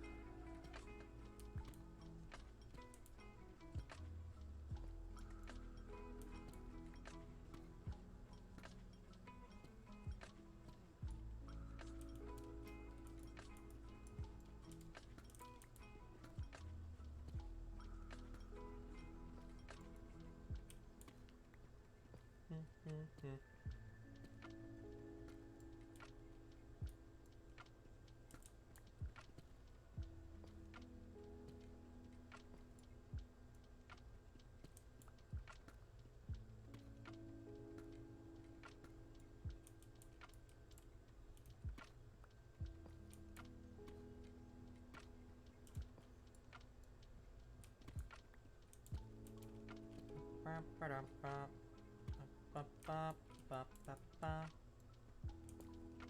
am I gonna find more diamonds?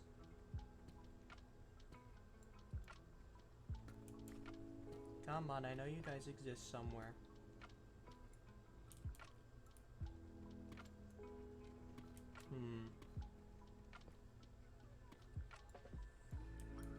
Doesn't seem to want to, they don't seem to want to exist. What the fuck? Oh, hi, hole.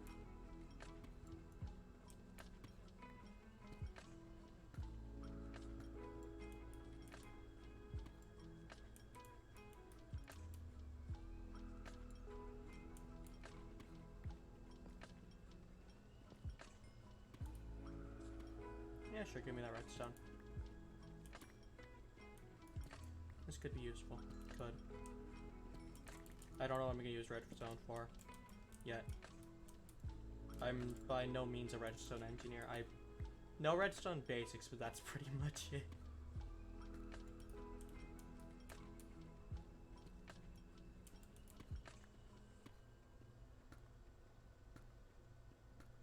I think it's weird. I feel like I know more about Create, which seems like it's a bit more complex than Redstone. Then again, it has a manual for itself in the mod. But Redstone, it's kind of, I don't know. Create is funny. I like it.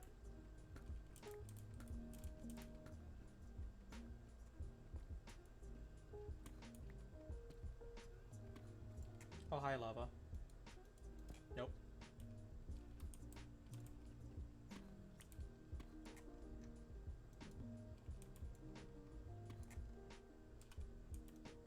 No.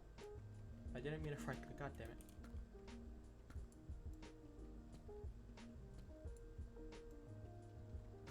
Oh, hi, lava. Nope. Nope. There's lava on this side as well, isn't there? Yep. Nope. Nope.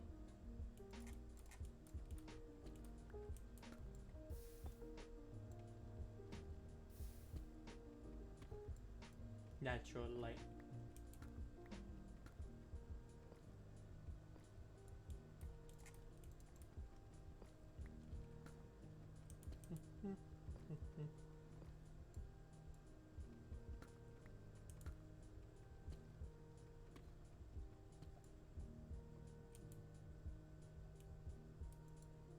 It can be hard to tell when they're on the ceiling. Whenever I dig like this, if they're on the ceiling at the very end, it's really hard to tell. So weirdly. No! God damn it. Fuck you, lava.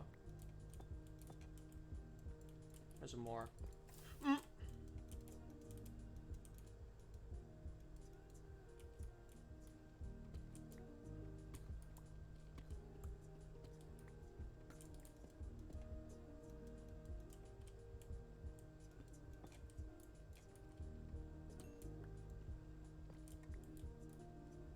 I could have had 4 diamonds. I was stripped of happiness by the game being an ass. Screw your generation of crap.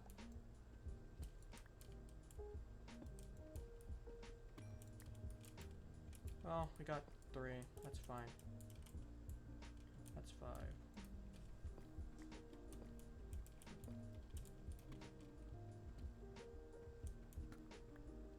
That was sad.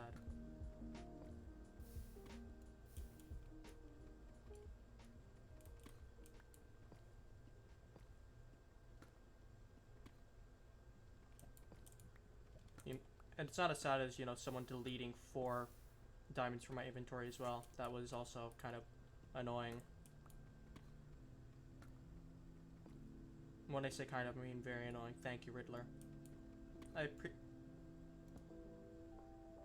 lava.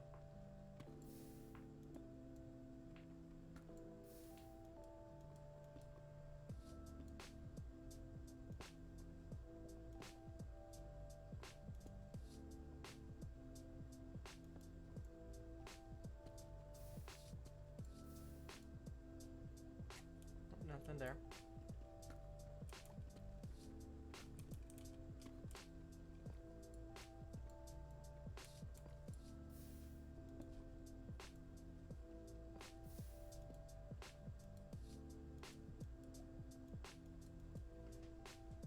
No block there. Nope, there is.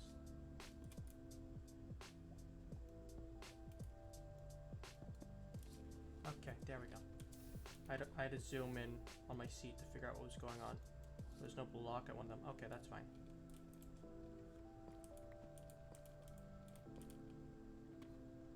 Lava is evil. Like I said, evil. Keeps on trying to kill me.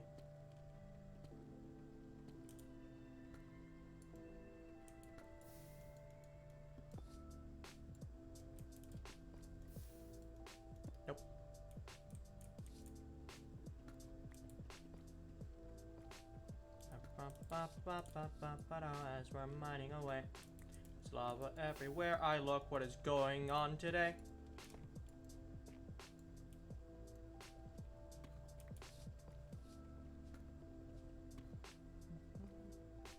Redstone, not needed. Immediately. That shouldn't reach.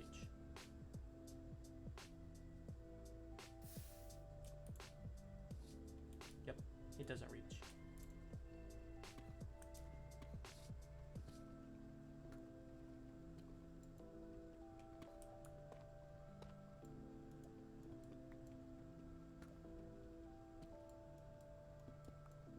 Okay, now we're getting in deeper in there. Okay.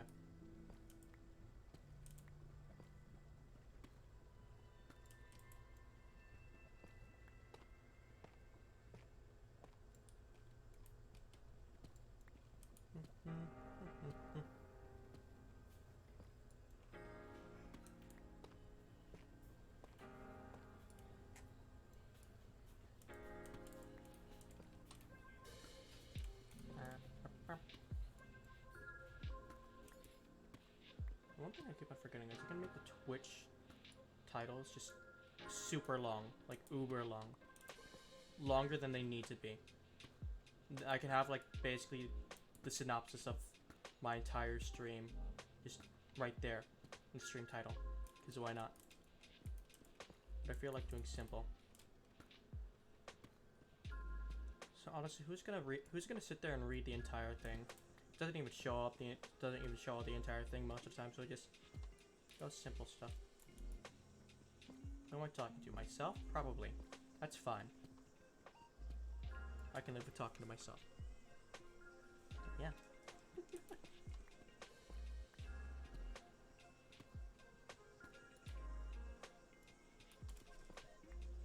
It'd been nice if we could have found cave. I mean, we did find one, but yeah.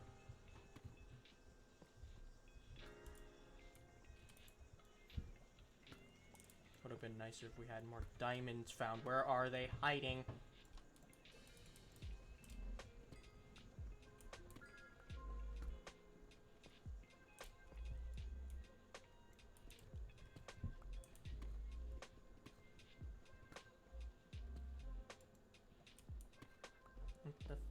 Where are the diamonds hiding?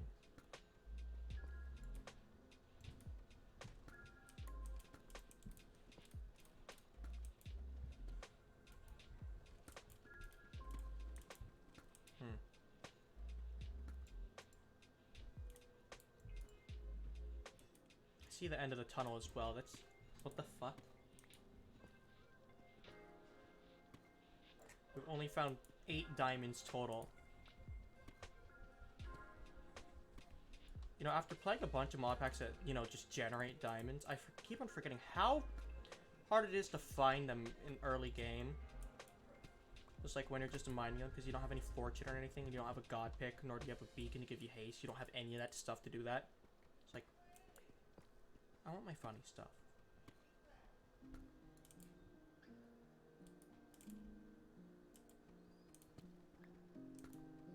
I don't think I've also ever found a deep dark. No, I have, but not in vanilla. I've not found a deep dark in vanilla yet. They've always been funky whenever I found them because they were always unmodded. There's always a mod that did something with them as well. I'm not gonna complain about it though. I added some spice to the mod pack. So is the deep dark. Or there's one that actually utilized the portal, or whatever it is, that's modeled after Warden's head. I don't know. It's been a while. That may have also been someone I was watching. I don't remember.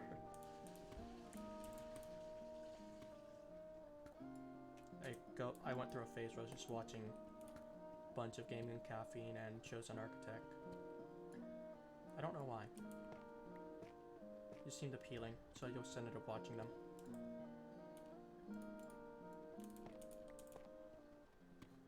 It's like what I do. I just cycle through entertainment methods. There's different ones every day. Other than when I work. When I work, I kind of have to entertain myself on my feet. That's fine. I entertain myself on my feet by getting my job done.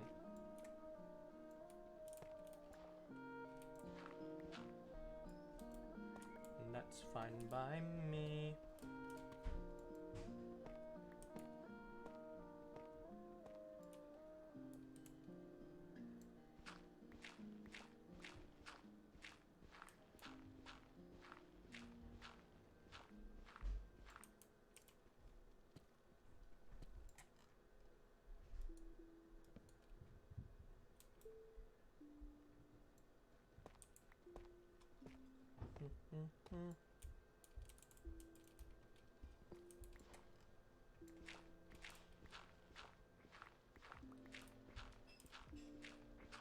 Gavel, you're annoying.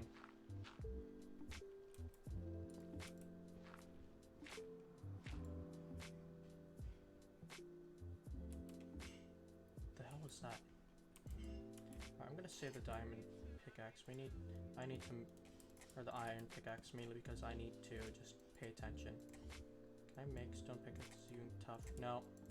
Tough is useless, it's just a building block. Give me stone pickaxes. Yes, give me all those.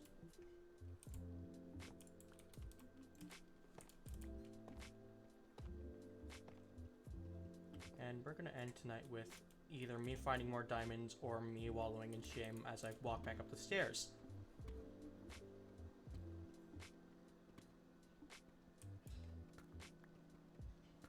And now I have to mine this even slower now, because stone pickaxe is just,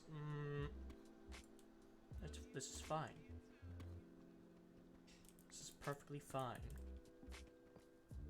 I hope. I have not seen any diamonds at all. For the love of God.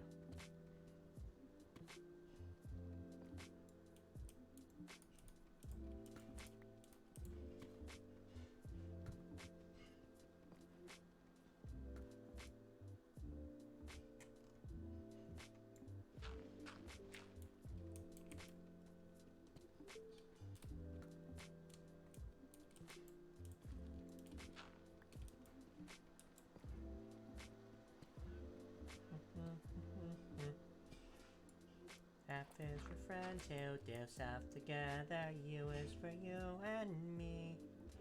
Why did the SpongeBob song come in my head? I don't know why. Someone help me, please.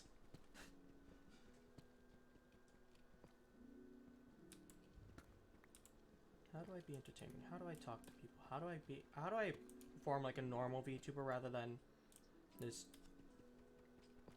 antisocial one, I guess? I don't know. I want to be popular, but I don't know how to do that as I was never a popular kid. It's sad. I know, but I don't care. We live today. It is fine. As long as I can breathe, everything is alright. For the most part. Okay, all of that's a lie. As long as I can breathe, I'm alive, but that's neither good nor bad. So, yeah. I don't know, how has your guys' day been? Probably better than mine.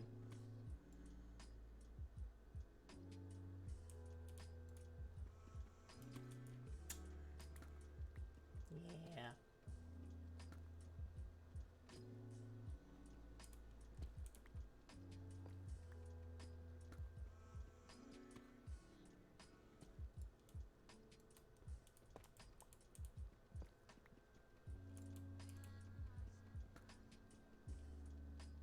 God damn it.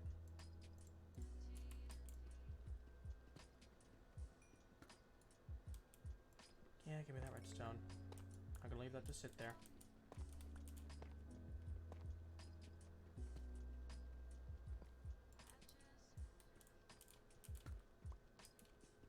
I just can't believe I haven't found any diamonds at all, other than those 8.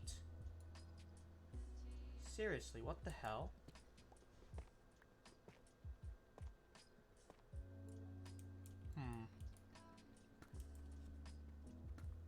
I know when they did the 1.19 update, when they actually added, you know, the actual negative Y level. I know they changed how the generation works, and it generates much deeper now. But I don't remember how that affected the diamond spawn. Was there like a specific level? Like 58 or something? Something stupid that I'm not at? Because I'm at 59.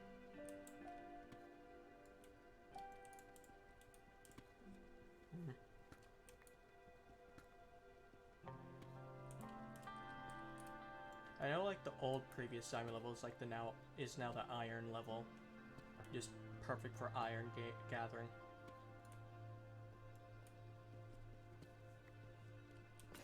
Just fine and all. But I want my diamonds. The fuck are my diamonds?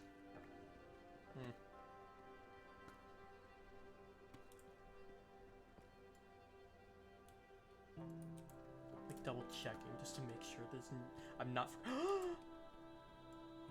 Okay, first we have to make sure there's nothing underneath you. Look, there's iron.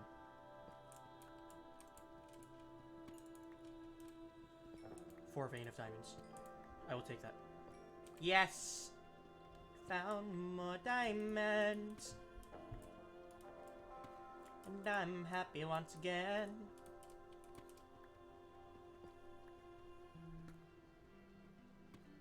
Mining away all my hopes and dreams. I watched them flying down the drain. Never seen again. I'm gonna mine some diamonds. Mine diamonds. All of this depends on the diamonds.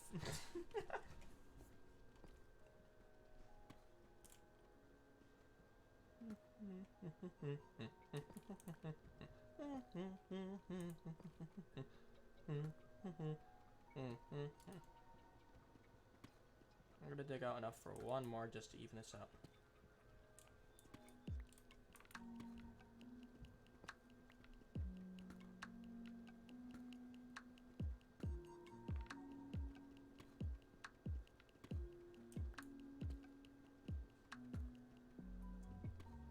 Alright, well, that seems to be as much as we found.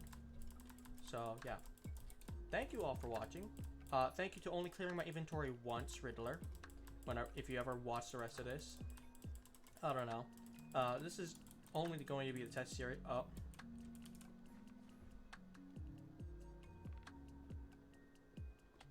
That's good to know. This is technically the test series. I'm planning on doing an actual series of this on 1.20, hopefully, in the future.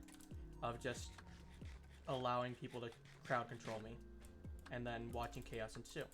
But, you know, it'd be a lot more fun if there'd be more people messing around me.